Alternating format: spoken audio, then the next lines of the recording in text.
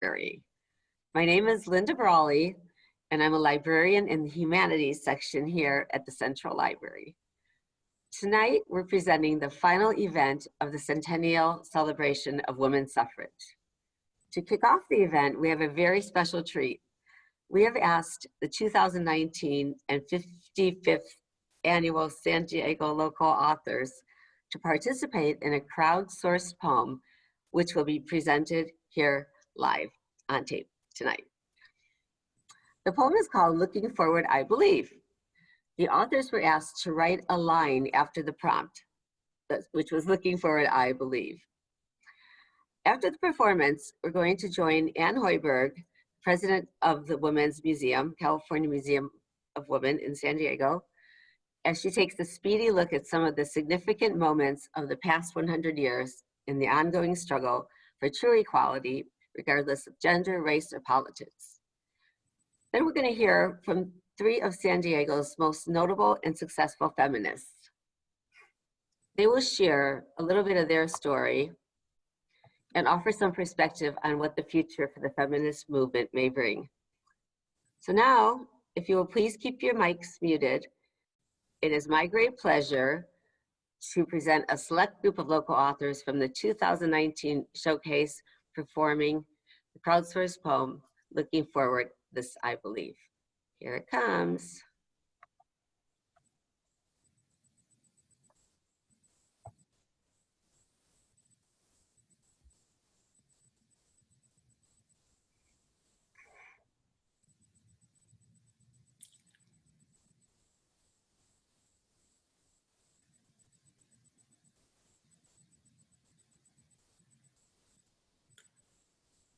Looking forward, I believe empowered women are like seeds. I believe that even with little sun and bad weeds, are blessed by the rain that spread them to keep the sprout strong and fighting to become a tree. I believe, looking forward. I believe in equality of the human race based on the spirit, enduring strength, and unlimited courage forged from a relentless desire to remain teachable. I believe male and female, black and white, animal and human, natural and civilized, and all the shades in between will be celebrated, honored, and appreciated.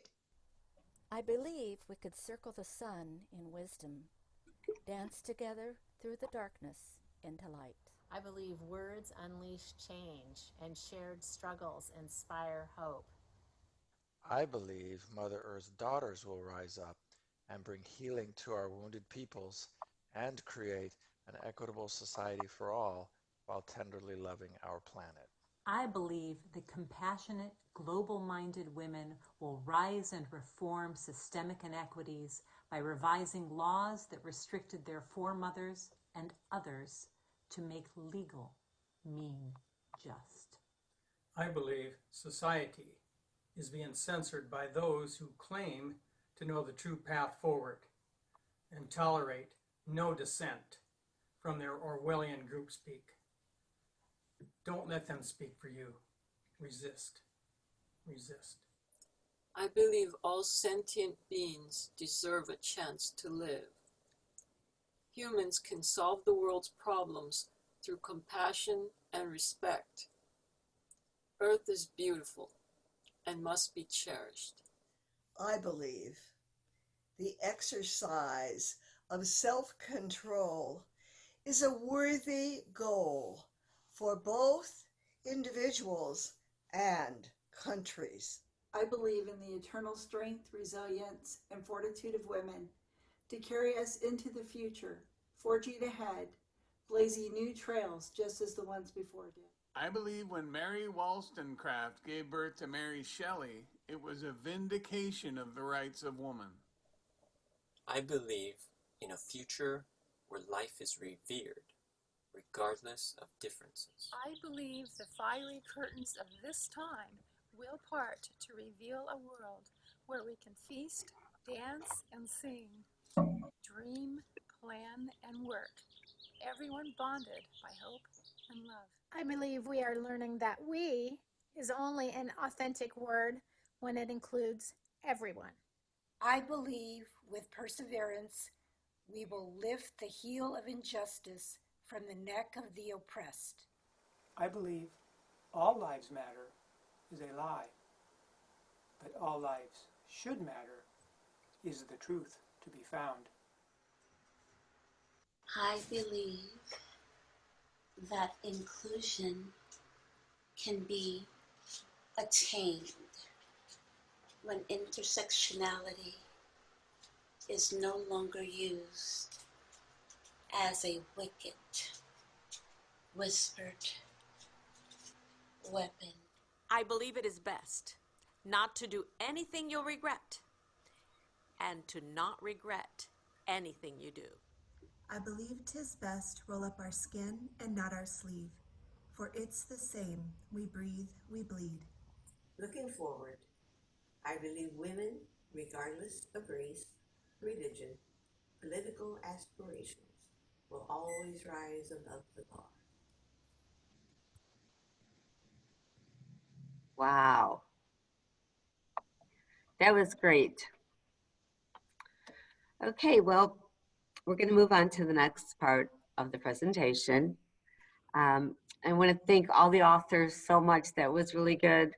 The video will be available if anybody would like to see it again on the library's website. You can go to sandiegolibrary.org and go to the events tab and find local author program. You'll also find a full version of the written poem, which includes even more authors, and we'll keep that posted up there for a while. Okay, so again, before we begin, I'm going to kindly ask everyone to please keep your microphones muted until the discussion. In the meantime, please feel free to use your chat function to submit questions and to post some positive comments and reactions that you may have. So we're going to talk to Ann Hoiberg now. Ann has served for 25 years as a research psychologist for the federal government. Her curriculum vitae includes 2 books and more than 130 scientific articles, book chapters, reports, and presentations. Currently, she is president of the Women's Club of California, a position she also held from 2010 to 2015. Her involvement with the Women's Museum led her to the authorship of The Women of the Gas Lamp Quarter and Tears of War, Stories of Refugee Women. Ann is a freelance writer and speaker. Hi, Ann. You ready to take us through a speed journey through history? Thank you, Linda. I am ready. Now, you did ask me to talk a little bit about myself, so I will do that. And I wanted to make my presentation titled From College to Liberty Station to Looking Forward. So dating back many years, when I finished college in Illinois, my girlfriend and I decided that we were going to jump in her Chevy and go to California. And we ended up in San Diego. And I wanted to get my master's degree in psychology, or I'd love to have gone on to get a PhD. But while I was attending San Diego State, working on my master's degree, I'm sitting in the Commons area, and one of the guys from the department came in and he said, "We can get jobs. We can get a job out on Point Loma." So 3 of us ventured out to the laboratories on Point Loma. And I was hired immediately, as were the other 2 men. It was as though these people were so desperate for people who could do computer programming and statistical analyses. And that's what we were hired to do. And we were student contractors. Now, I had been there about 4 months when one of the scientists asked me if I would become a federal employee so he could send me back to Washington. He just couldn't send a student contractor. So I became a federal employee and went back to the Pentagon, collected data, and came back to San Diego and continued working. By now, I'm a research psychologist, and I've been tasked to look at women. What can women do? Because the draft had ended and the military was going to have to look to women for its employees, for people to serve in the military. So I did a lot of research on women in the military, and as a result, I was asked to do an edition of a scientific journal on women in the military. So I had researchers from all the service academies talk about their research at the service academies, and I had historians write, what have you. We came out with the edition. It was titled Women as New Manpower. Well, after that, I was invited to be the keynote speaker at a big conference in Athens, Greece. And so off I went to Athens, Greece, and talked to all the military generals and admirals from the European Union. And that was really exciting. I even had to have a diplomat. Well, after that, the North Atlantic Treaty Organization asked me if I would put on a symposium in Portugal. And the title of that was Women and the World of Work. So I lined up all these researchers from all the NATO countries. We met in Lisbon, all expenses paid, for 5 days. Now, at the end of our symposium, we talked about all aspects of women involved in working. This is back in the 1980s. So at the conclusion of our symposium, one of the women said, we have to keep the spirit of Lisbon alive. We need to go back to our communities and become involved locally and globally. So when I came back to San Diego, I joined the National Women's Political Caucus. That was my local endeavor.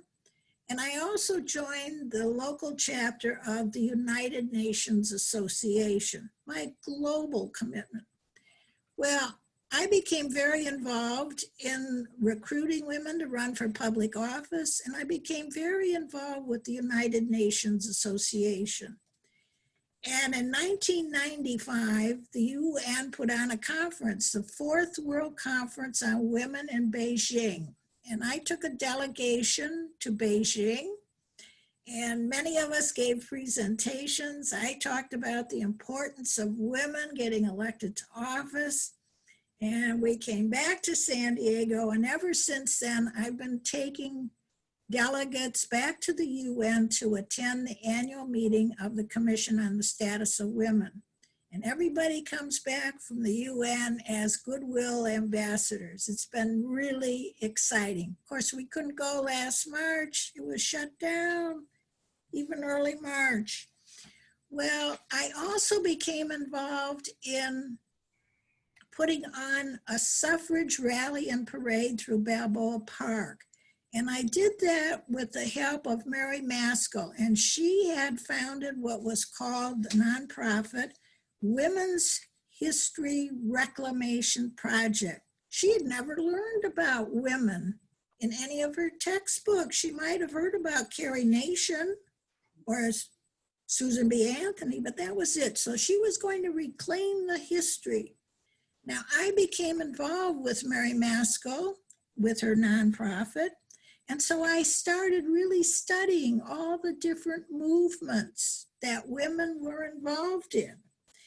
And so now I'm going to talk about some of those movements. Now, I did become a member of Mary Maskell's organization, and I eventually became president in 2010.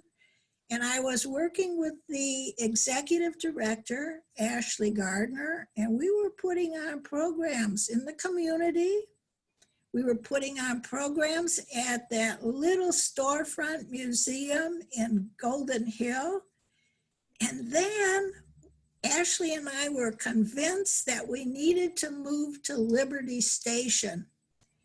So we were able to get a grant for $25,000, and we raised another $25,000, and we moved to Liberty Station. And that's where the Women's Museum of California is located. So I was president there from 2010 to 2015. And when you're involved in a museum, you naturally turn to history and to education. And that's how I became involved in really studying what various movements women were involved in. So if we go back to the beginning of our country, the Declaration of Independence, women could vote at that time, but then the 13 states decided they didn't want women to vote, so they passed legislation. No women could vote. Well, that was in 1807 when all 13 states had passed that legislation. Well, it wasn't until after the early 1800s where women became more and more active, especially the Quakers. And they became very active in abolition. They wanted to end slavery in this country. Another movement was the temperance movement, wanted to end the manufacture and sale of alcoholic beverages. And finally, in 1848, at the Seneca Falls Women's Rights Convention, the issue of women getting the right to vote came up. And it was agreed women should vote.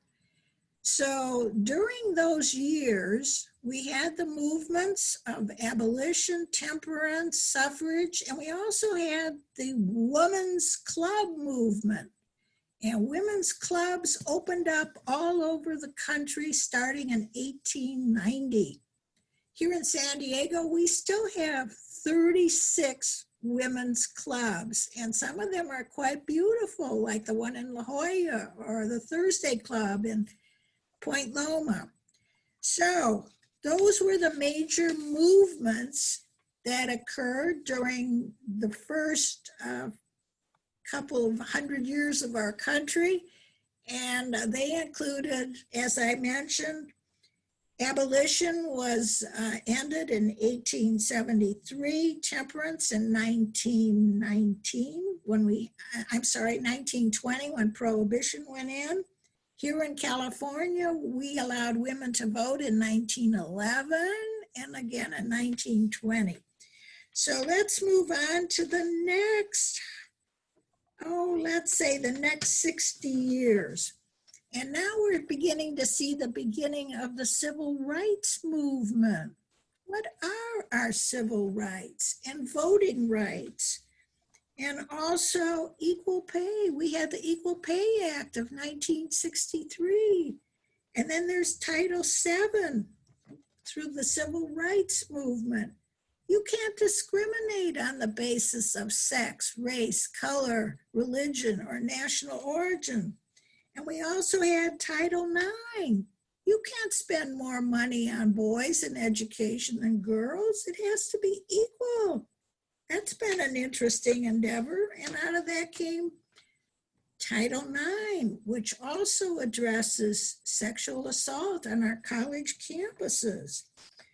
Well, so in addition, many nonprofit organizations came into being, like the National Organization for Women. And as I mentioned, the National Women's Political Caucus. So all of these were enacted during the 1960s and 1970s when we had the women's liberation movement, which was an incredible period of time for women's rights. Now, what's fascinating is the federal government spent $5 million to put on the National Women's Conference, and that was held in 1977 in Houston. And they actually had a relay coming from Seneca Falls carrying a torch, and also a new Declaration of Sentiments, and people signed it en route to Houston. Now, at the conclusion of that particular conference, there was a motion that everybody needed to keep the spirit of Houston alive. Now, one of the planks that came out of that particular conference, and 17 issues were passed, and one of the conclusions was that there must be a continuing committee of the conference. There must be a second national women's conference. Have we had that yet? No, we haven't. So let's be looking forward so that we can have that conference. Now, the fourth period of time that I really want to look at is from 1980 to 2020.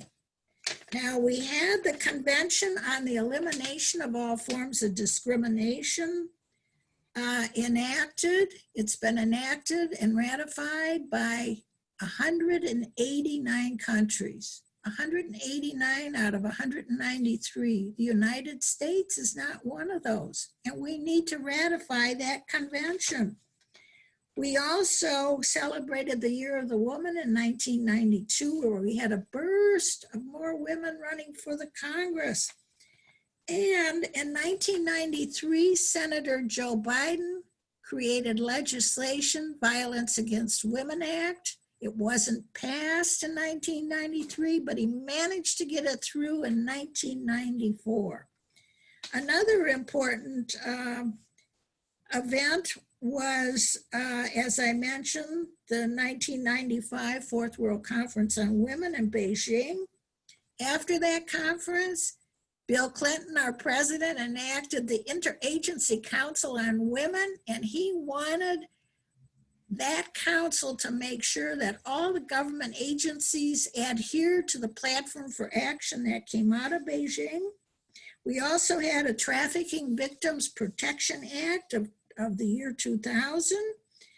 And we had the Lilly Ledbetter Equal Pay Act of 2009, the Affordable Care Act of 2011, and the Me Too campaign that's been so effective in reducing sexual harassment, particularly in the workplace. And we've had women's marches. So we've had a lot of progress, but what should we be looking forward to? One of the planks in 1977 was the Equal Rights Amendment. It hasn't been passed. It hasn't been ratified. It has been ratified by 38 states. It needs to be entered into our Constitution. So that's what we're looking forward to after January 20th of next year, to get that Equal Rights Amendment into our Constitution. We need to reauthorize the Violence Against Women Act. It's sitting in our Senate waiting to be enacted. We need to ratify CEDAW, and we need to work more on equal pay and poverty. And we need to get more women elected to public office. This year, we elected 5 more women to the U.S. House of Representatives. We can do better than just 5. We're up to 106.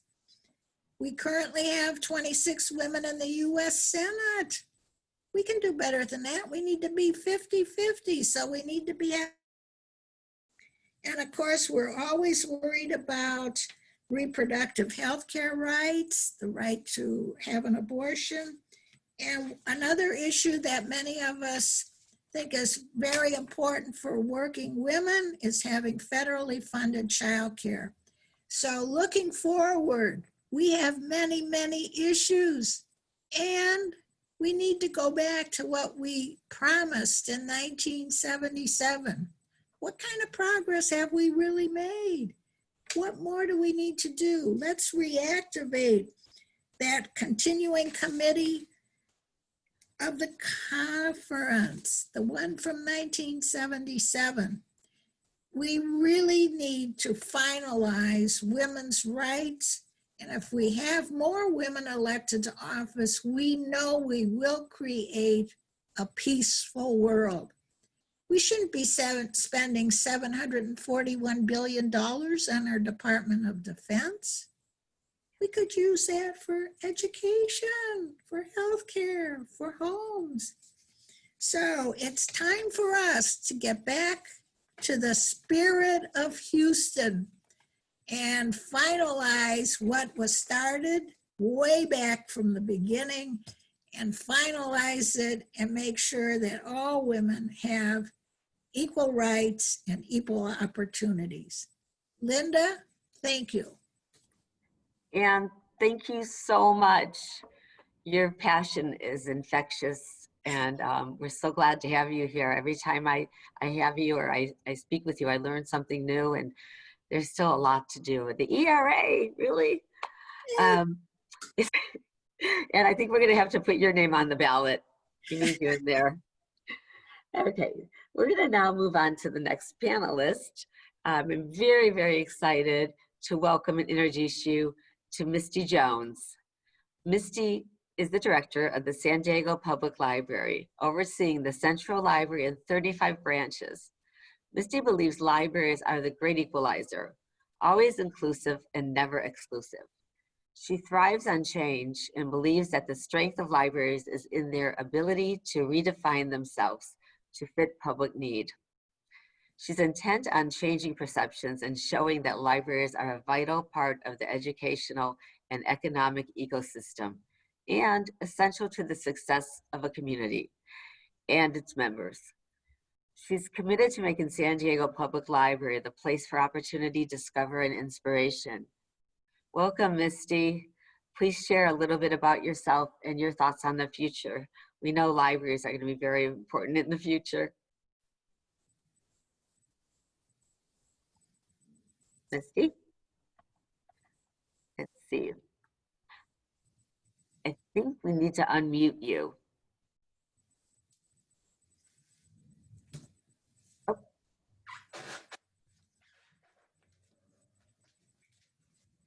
Is there an unmute option there, Misty? Do you see it? If you want to pull down your microphone, I think it's on the side of your headset, Misty. Oh. I don't know if that helps or not. Oh, Zoom is never a lack of something new to learn. Let me try. We're working on this. We'll get it. Can you hear me? Yes. Yes. You can hear me now? Okay. Yes. Okay, good. Sorry. On my end. I might need to introduce you again. We're so glad to have you here, Misty. Thank you. Your time is so important, and we're just thrilled that you're going to take part in this and share with us some of your thoughts. Thank you so much. Thank you all for being here. It's really exciting for me to be here. It's a little bit of a weird virtual environment. I'm used to speaking in person, which I actually really love to speak in person. But I'm so glad to be here. You know, just to give you a little background about myself, there's always this assumption that people who work in libraries are these lifelong library people who grew up in libraries and have always loved libraries and checked books out to their friends and their next door neighbors and charged them fines when they didn't return them on time.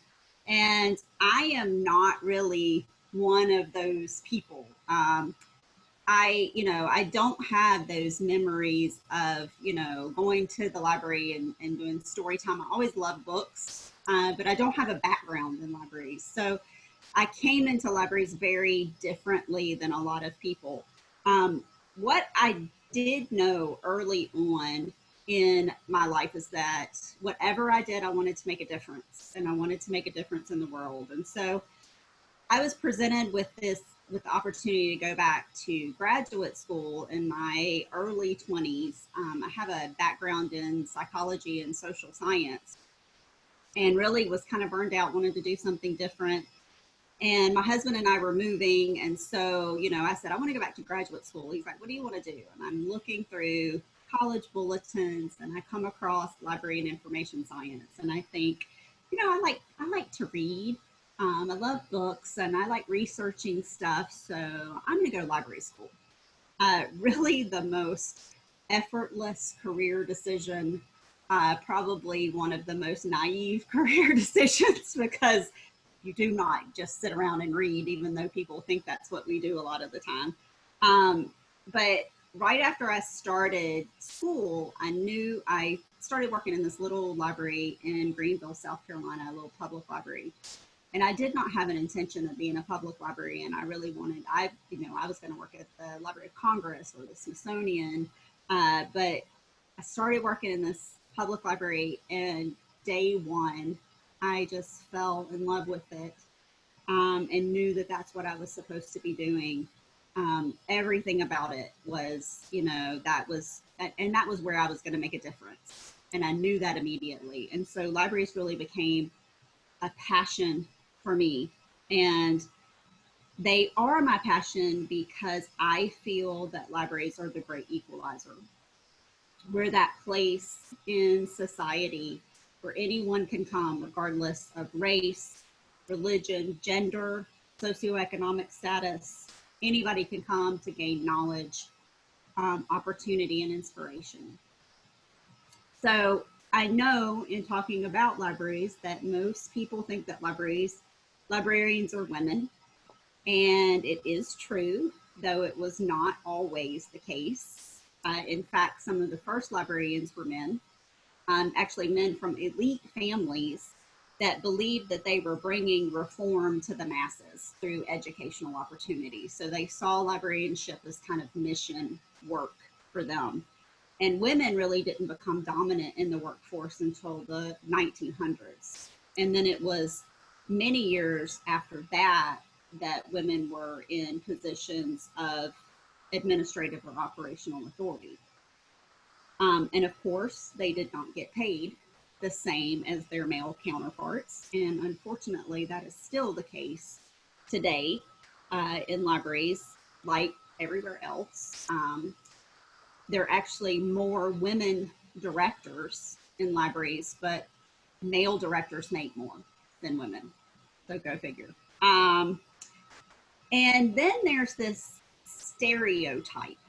And we all know as women what it is like to be stereotyped. And being a librarian does not excuse us from that stereotype. In fact, we have our own stereotype. There's this prevalent image in pop culture that the librarian is a spinster with a sensible shoes and glasses and a bun that's timid and meek and has a bunch of cats. But somehow after hours, we take our hair down and our glasses come off and we become this sex crazed dominatrix or something. And it's always been strange to me that the stereotypes for librarians are always a female, a woman stereotype, because there are men who are librarians as well. And then more recently, the stereotypes have evolved into tattooed librarians or superhero librarians like Batgirl, that we're all hipsters.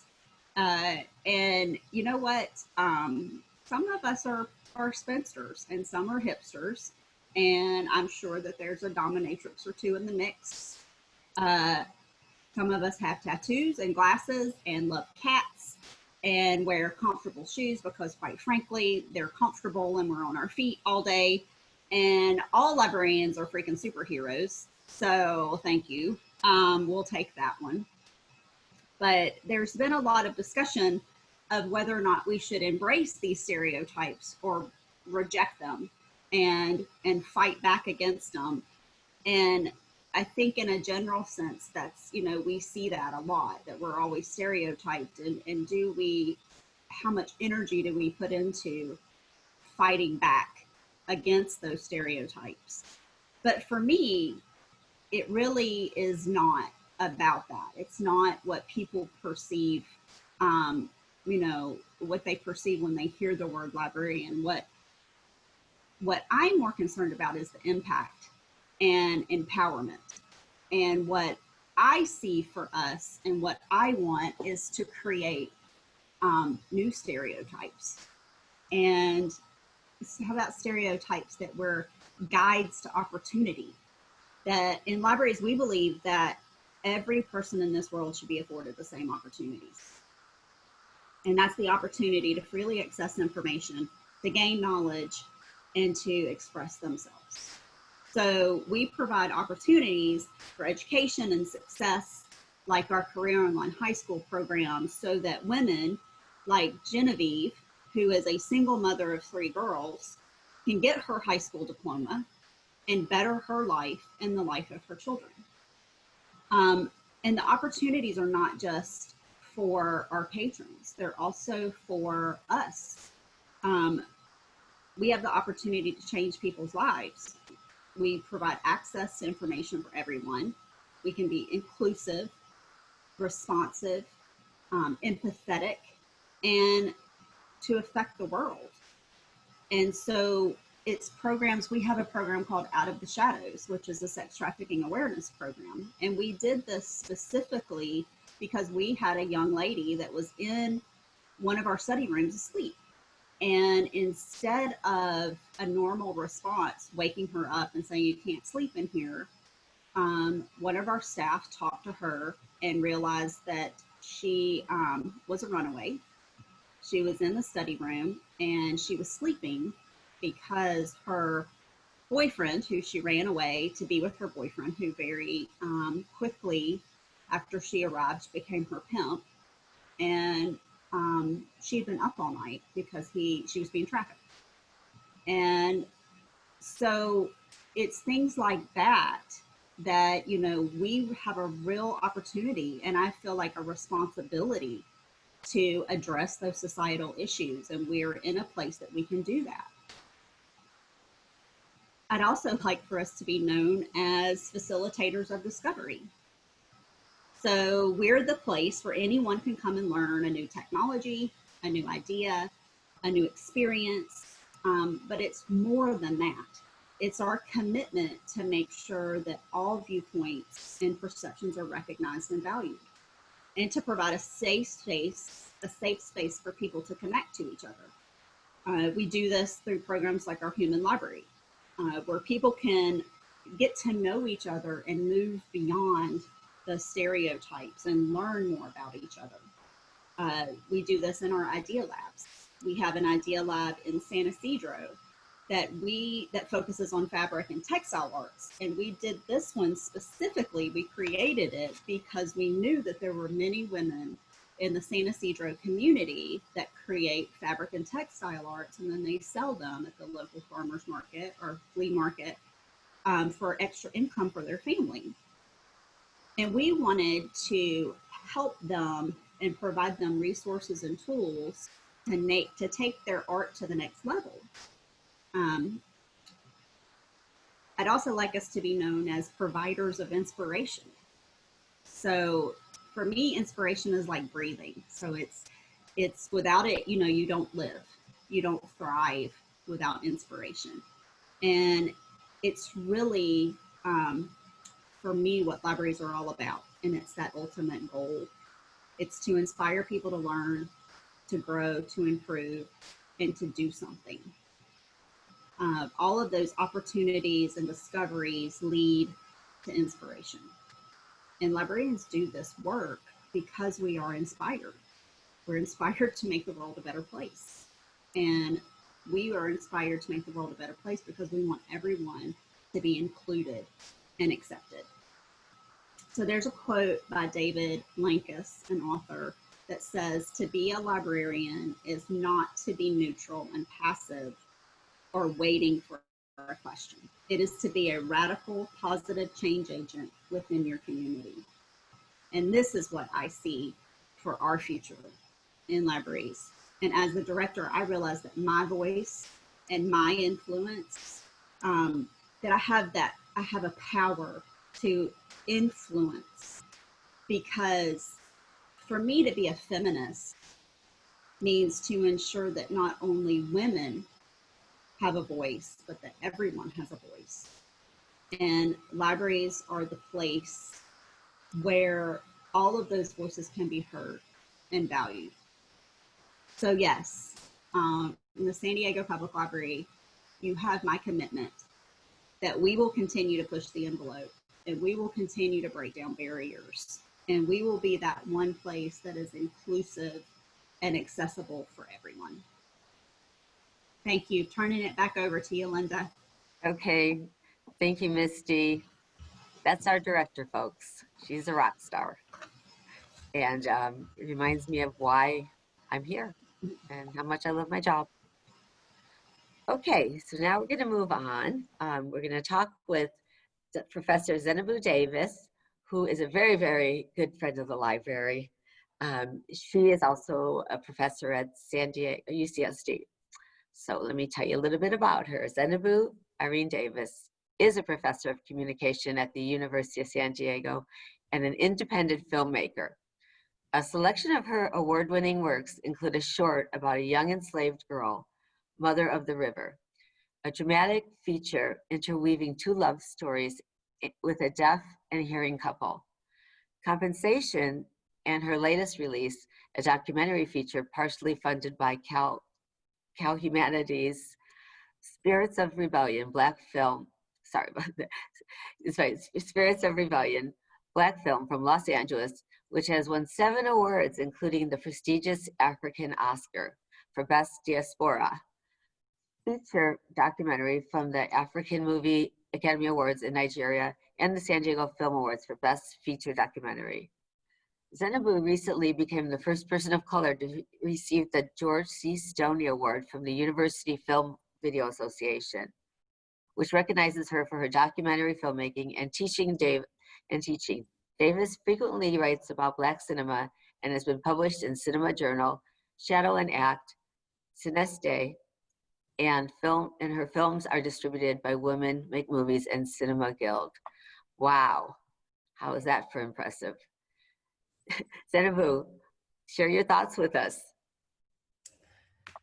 Thank you, Linda. Thank you, everybody, for being here. And I wanted to just shout out the poets at the beginning. I really enjoyed that long poem of really kind of dreaming about what the future can be, especially since we live in such an uncertain time. So I just wanted to let the poets in the audience know that your words of wisdom are not lost and that they are influential to all of us who were able to hear them or read them. So thank you again for that. And thank you, Anne, and thank you, Linda, and thank you, Misty, for all of your words that have, one of those things is like you didn't know you needed it until you actually got it. This is one of those experiences today. I just needed to hear some of these stories and some of this history just to be reminded that we keep needing to move forward. So with that, I will tell you a little bit about my history and how I became a filmmaker, and then what I think, what I see for the future for all of us. I think I'm originally from Philadelphia, Pennsylvania. I came up through working class parents, and they instilled in me a love of the arts. So even though we didn't have much money, my dad would drag me to Freedom Theater in Philadelphia or to different venues to see whatever it was that he could get his hands or tickets on. And my mom would also take the bus and take me on the bus to go to shows in New York when she could. And so I have a strong love of the arts in general. And my brother and I spent many a Saturday, all Saturday long, at the Esquire movies, when you could see movies for $1 and just stay all day. So that love of the arts and movies and things really did come from my parents. And I'm very grateful that they instilled this love of the arts and also education for me. And so that led me to Brown University in Rhode Island. And I was very fortunate when I first got to Brown University. I thought that I wanted to be a lawyer, an international lawyer, but this little egghead girl took economics 101 and failed it the first time and got a C the next time. And that was a requisite for continuing with the international relations major. And so I kind of like turned around and did a complete 360 circle. And that involved me also creating my own major at Brown, which consisted of media studies. But it really started with another Black woman who was in Providence, Rhode Island at the time. Her name was Jenny Booth Bishop, and she had a public affairs show called Shades. And Rhode Island is small. It's about the distance between downtown San Diego to La Jolla, and you're out of the state. So,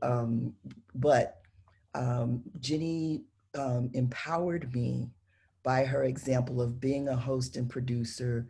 She let me do all aspects, her and her staff, Jim Kinney, etc., everyone who was at the public television station in Rhode Island, allowed me experiences that many people couldn't get, because in the larger markets, you have some restrictions that rightfully unions would in place on people working. But in a small market like Rhode Island, I was able to operate camera.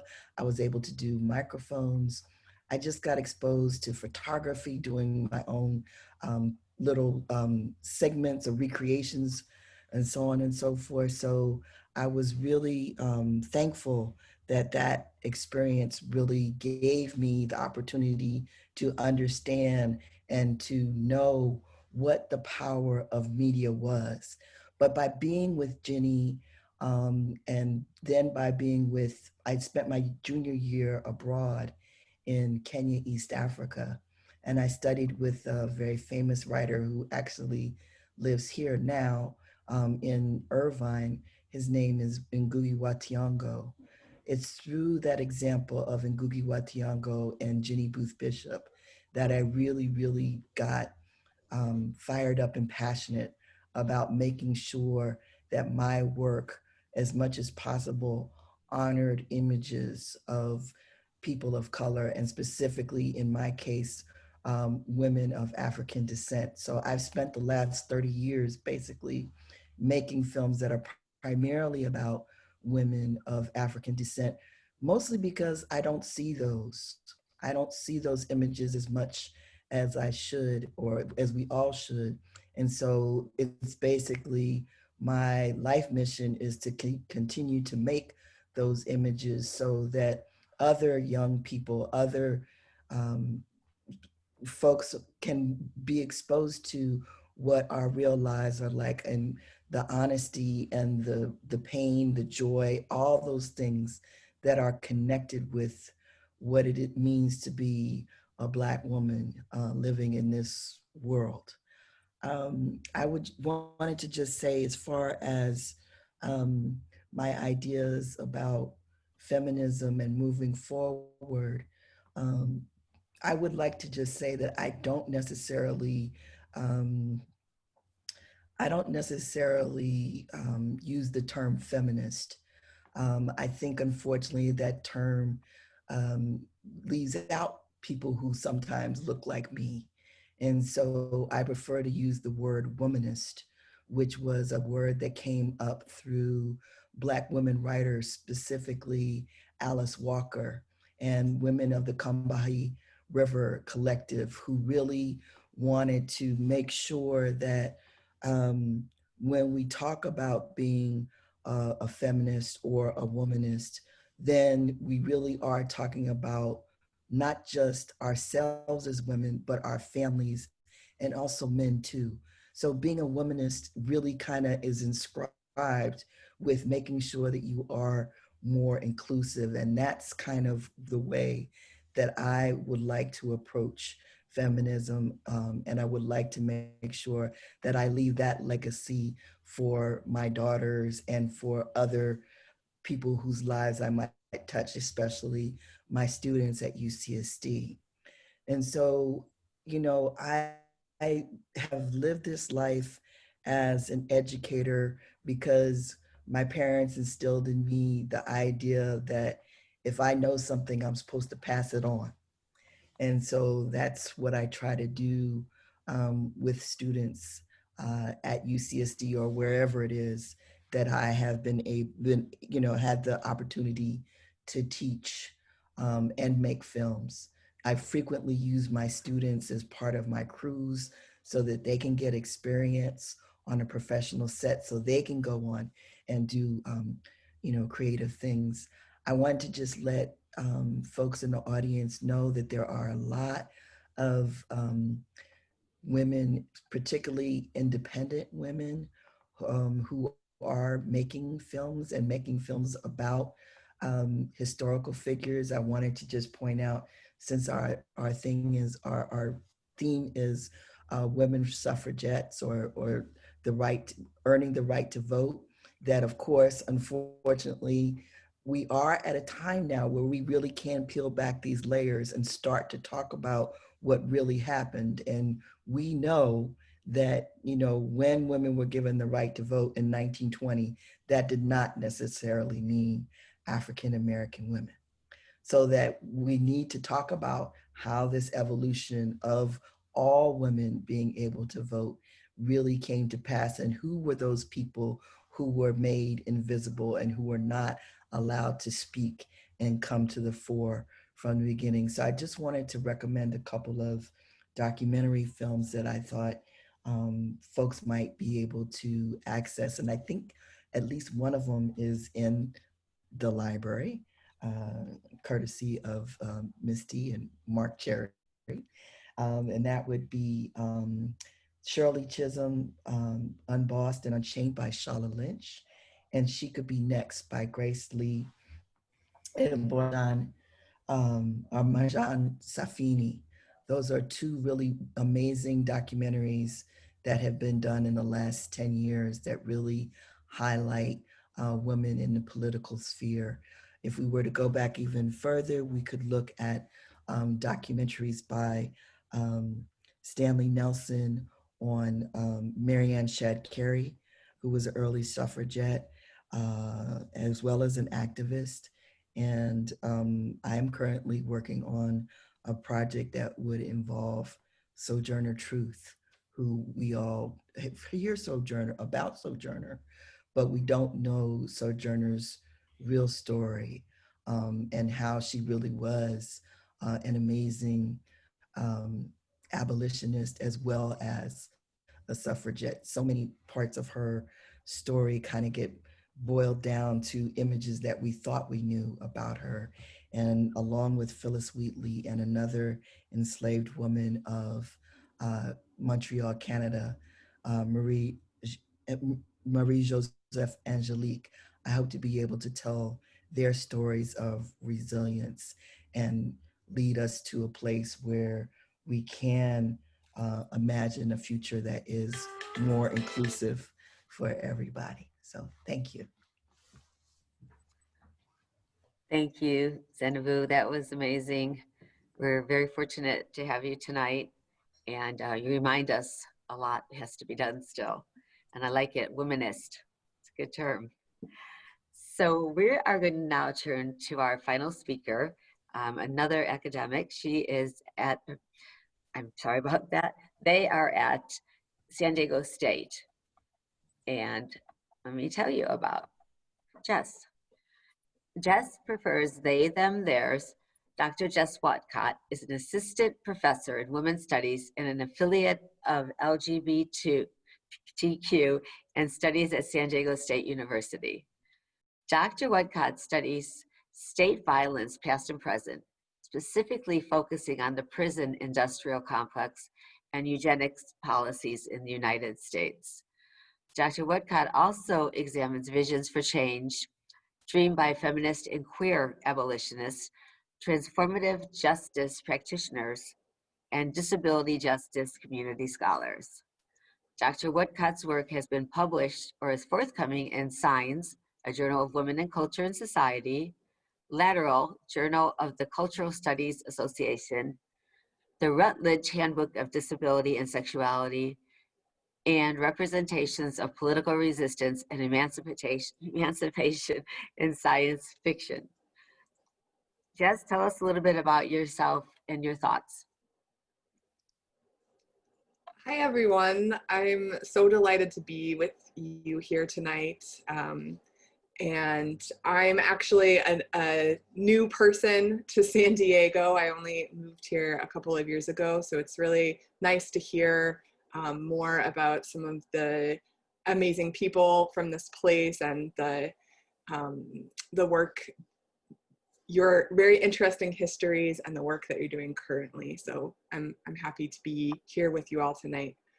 I will just talk briefly about myself. I actually grew up in Salt Lake City, Utah, and I'm the grandchild of immigrants and the member of a large extended family. My mother was actually a teen parent, but she returned to community college when I was 11 years old. And I was fortunate to witness her attend college and get an associate's degree as a young person. And sometimes we would have a day off of school and I would have to go with her to her classes. And I remember that made a really big impression on me. So I was inspired to go to college by my mother, and I actually became the first person in my family to complete a 4-year college degree, and the first person in my family to get a PhD. So I've been very fortunate to have many teachers who have encouraged me along the way, and that's one of the reasons why I wanted to become a teacher myself. As Linda said, I do research that sounds kind of big and scary. It's about really big structures and things that harm a lot of people, and they're very important issues. But I wanted to take my time tonight to actually talk about a sort of secondary thread in my research and something that I've just been important to me my whole life, which is feminist science fiction and feminist speculative fiction. And I think that that's a place that we can turn to think about what are some of the pressing issues that face us as feminists. And I think feminist speculative fiction also offers us some strategies for dreaming and imagining alternative futures that we can create together. So I want to just, speculative fiction, if that's a term you haven't heard before, just refers to any novels or short stories, television, film, music, or other cultural productions that aren't trying to strictly represent reality, but play with reality. So that could be anything from high fantasy with dragons and elves. It could be science fiction, exploring things like space travel or alternative dimensions. It also could include things like horror or ghost stories, or even magical realism or fairy tales. Utopianism, which has kind of gotten a bad rap as being unrealistic and impractical, but it's actually played a really important role in feminist thinking historically. So some of you may have heard of Charlotte Perkins Gilman. She was a part of the first wave feminist movement and the movement for suffrage. She actually wrote some novels, including a 1915 novel called Herland, which imagined what society would be like if there were no men to kind of muck it up. So it's an interesting read. Zeinabu was talking about intersectionality though, and there's also problems with that novel in the way that Perkins represents race and eugenics in the novel. So it's kind of a both and when we go back to some of these important feminist texts and see what they might offer us, there's also areas that we need to be very critical of when we look at those too. The area of speculative fiction that I most am a big nerd about, coming out as a nerd, proud nerd, is dystopian fiction. And so dystopia, if utopia is the ideal world, then dystopia is sort of emphasizing the things about our present reality that are troubling, and kind of playing with those and exploring those by either putting them in the future or putting them in an alternate dimension or something. It's a way of exploring problems in our present. And so a lot of feminists are increasingly revealing their inner nerds because I believe that fiction has a capacity to help us imagine and identify alternative pathways for enacting feminist futures. It can help us show the directions that we don't want to go, as well as help us imagine things that might work to solve our current problems. You know, it's a way of showing us futures that are inclusive and affirmative of all people, regardless of gender, sexuality, race, disability, citizenship, all of those things.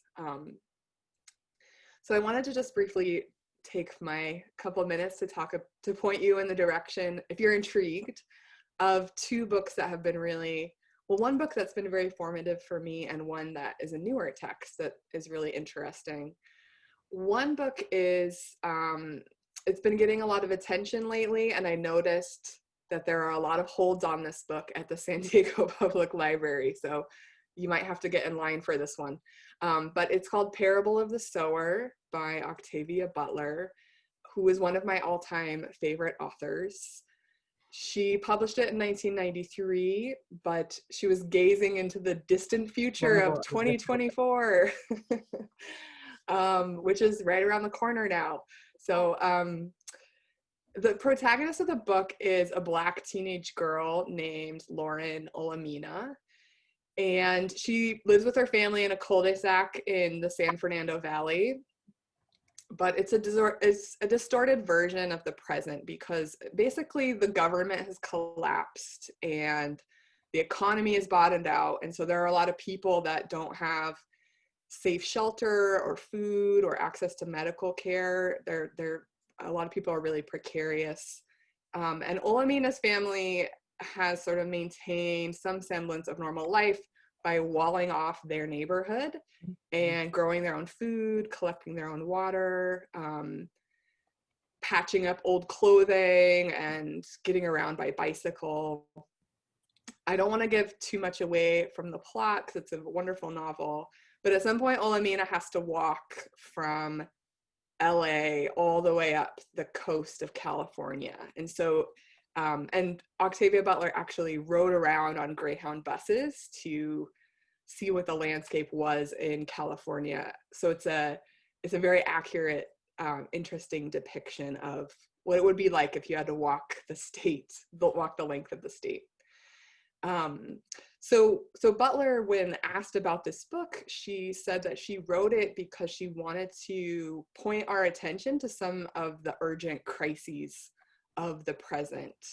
So she said that she wanted to imagine, quote, where our current behaviors and unintended problems might take us.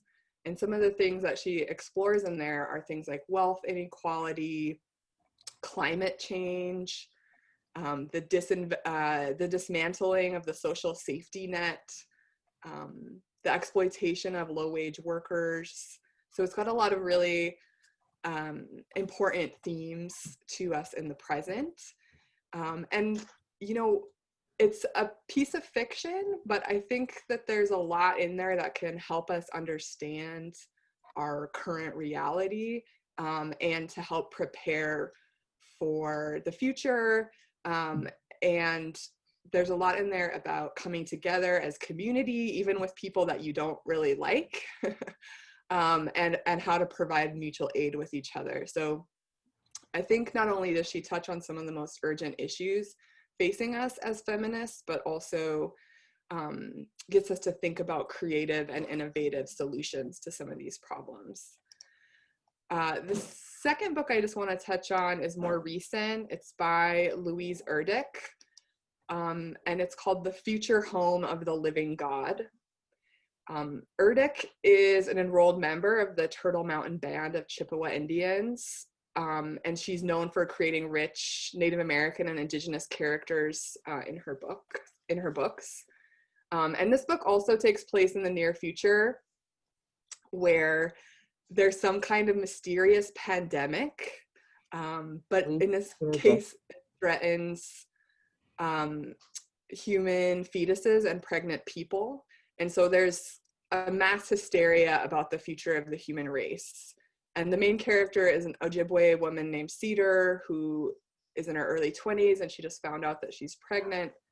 And so she goes into hiding to protect herself and her baby. And so in the book, again, I don't want to give too much away, but basically pregnant women are locked up in hospitals and later in jails with people who are trying to take their babies away from them and also try to force them to have more babies. And so there's this underground railroad that tries to smuggle out pregnant people up to Canada. And it operates partially through the US Postal Service, which is kind of a funny detail of the book. The Postal Service saves the day. So I think this is a great book for exploring some of the dangerous trends around taking away reproductive autonomy in the US today.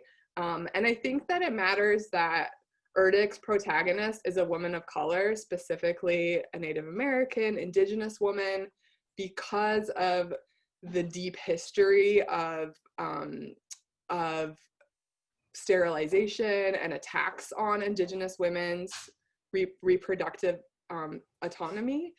And so I think it really matters that Erdrich's writing from that perspective and representing that particular character.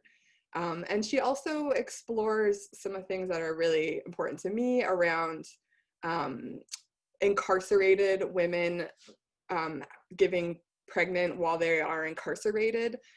So I think that that's not something that we think about a lot when we're thinking about reproductive justice issues. And it's important to recognize that this kind of nightmarish world that Erdrich's created is very real for some people. And so there's a way in which encountering this in a fictional text can help build empathy and awareness about some of these problems that we're actually facing in our current world.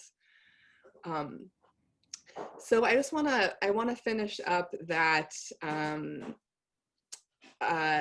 these books have pointed lessons for us about things like the importance of community building and mutual aid with each other, about how do we protect reproductive freedom in this moment, and particularly how do we turn our attention to the most vulnerable women and gender diverse people in our community. So even if lots of progress have been made in other arenas, there are women and gender diverse people who are still really vulnerable and facing a lot of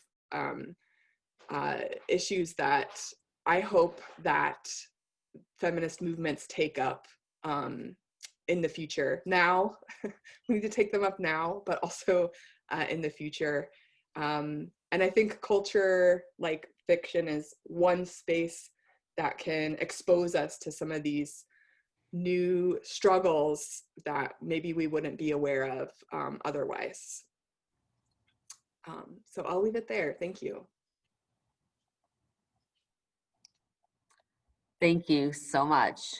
Lot to think about, and thanks for plugging the library in there. We do have those books, and we hope everybody gets a chance to look them up, and hopefully someday come back in and browse and find some yourself. But in the meantime, we can help you out with that. So that wraps up the panel. Very, very impressive panel. I'm so happy. And just wondering if there's anything anybody wanted to mention that maybe didn't get a chance to see, any questions you might have. We could go ahead and unmute the guests right now. I've unmuted everyone. If anyone has any questions, feel free to ask. Anybody have any questions or any comments you might want to make? I know people are interested in knowing where they can watch Zeinabu's movies. Yeah, absolutely. I was asked, are you able to hear me? This is Sandra. Hi, Sandra. Hey, nice to be here, and thank you for inviting me, and everyone did amazing. So yeah, I was actually, I clicked on the link that was provided in the email. I clicked on it, but I had to download something to actually go to look at a few of her things. So yeah, I would like to get a little more information about that so that I can do a little more research, because I'm very interested in, not in film necessarily, but because I am an author, and the book that I'm turning into a trilogy, Dispelling the Myth of the Matriarch, the first one is finished already, but I'm gonna, like I said, I'm gonna have 2 more parts to it. So yeah, I'm very interested in the narrative of the woman and dispelling the myth of the matriarch in particular, because when you hear about her name, sometimes it comes with negative things attached to it, and I just wanted to present that in a little bit of a softer tone. So yeah, I would be interesting to to learn a little bit more about that, Sure. what it is that she's doing. Yeah, absolutely. Thank you. Thank you. Thanks for sharing. Absolutely.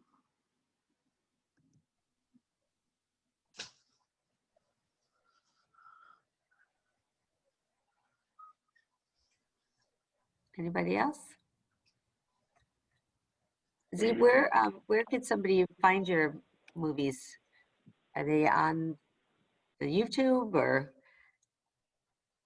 Oh, sorry. No, they're not. They're not. They are. There's a few of them that you all have in the public library, specifically Okay. our feature film that Mark Cherry wrote is called Compensation, and that is in the library, as well as Mother of the River, another short. Those are in the library.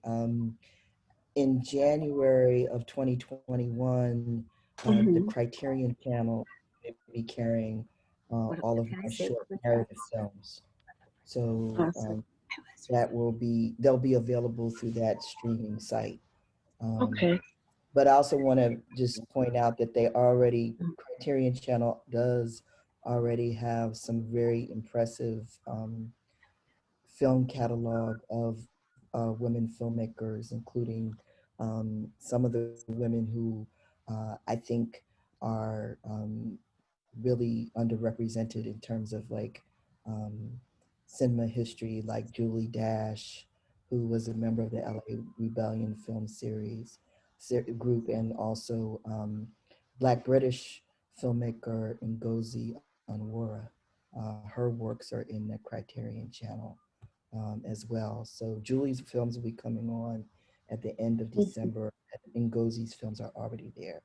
So you might, especially if you're interested in thinking about matriarchy, Daughters of the Dust is the film that you must see, and you can borrow a lot from that particular film as well. So Awesome. I think there's places a lot of the films, because they're independent films, some of them may be available through Canopy as well.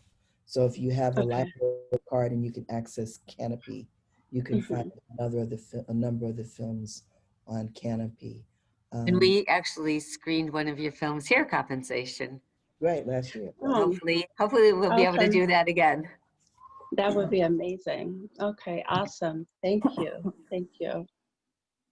So we had a couple of comments over here that I wanted to share.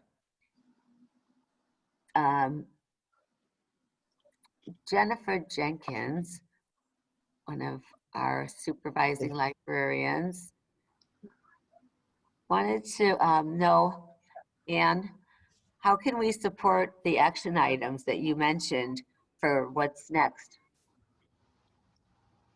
Well, I'm going to be promoting that we have this second conference, a follow-up to the 1977 National Women's Conference. We need to have women come together and address all of the issues, all of the issues that we've been talking about tonight. And we need to do that and wrap everything up. I'd love to reduce the Department of Defense's budget, $741 billion, and take, maybe 95% of that and turn it into what's good for all of us. So we don't need to be spending money on wars. We need to be spending money on how do we make peace? How do we create more arts works and all the wonderful things that everybody is doing? This is more important. I'm sorry, it is. And somebody else was mentioning, they were wondering, I know you shared with me one time that you met Gloria Steinem, but somebody wanted to know if you ever met Phyllis Schlafly and your thoughts on her efforts to stop the ERA passage. I hadn't met Phyllis Schlafly. She's definitely disrupted what I thought was really important, getting the ERA into our Constitution. She was very narrow-minded about so many of the women's issues, and I think I would have loved to have just had an opportunity to talk to her and what are our common areas that we agree on. Obviously, I didn't agree with her about her stance on the ERA, but there was more to it than that. She was very much, reflective on how important the family is. Zoom isn't working at all. So I just wish I could have sat down with her and had a conversation and we would have come out agreeing on something. And I think that's what all of us need to do more of. How do we find common ground and how do we communicate with each other? This is where it all evolves from communication. Very good, very good.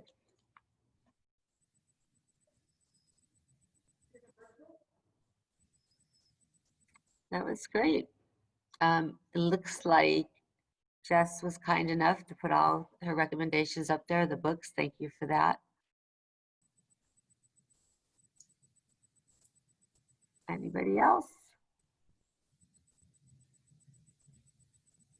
I can follow up on some of the documentaries and the works that Zeinabu and Jess have mentioned. I can send something out to the participants. I can email you guys if it looks like a few people might be interested in that. So glad you joined us tonight. It's been really a remarkable night. And if there's anything else, anybody? No, thank you so much. Thank you so much. I was a little bit late getting mine in because I missed the date, what have you, but I appreciate your willingness to still include me.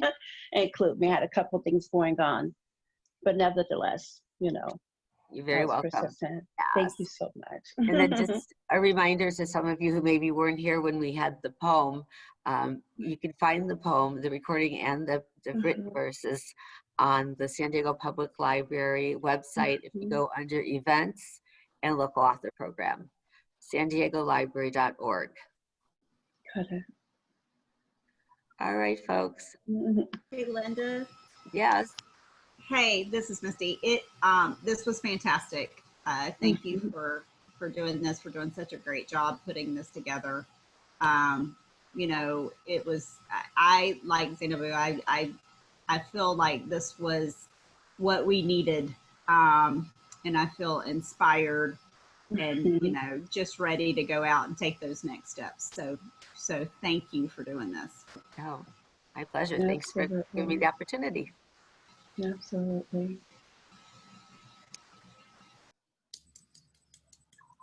Okay, folks, guess we're going to call it a night. Thank you again for attending. Hope to see you all in the library someday. In the meantime, you know how to reach us. You can reach us by email or you can reach us by calling. We're still here for you. Absolutely. Thank you so much. Thank you all you. have a great evening. Bye-bye. My pleasure.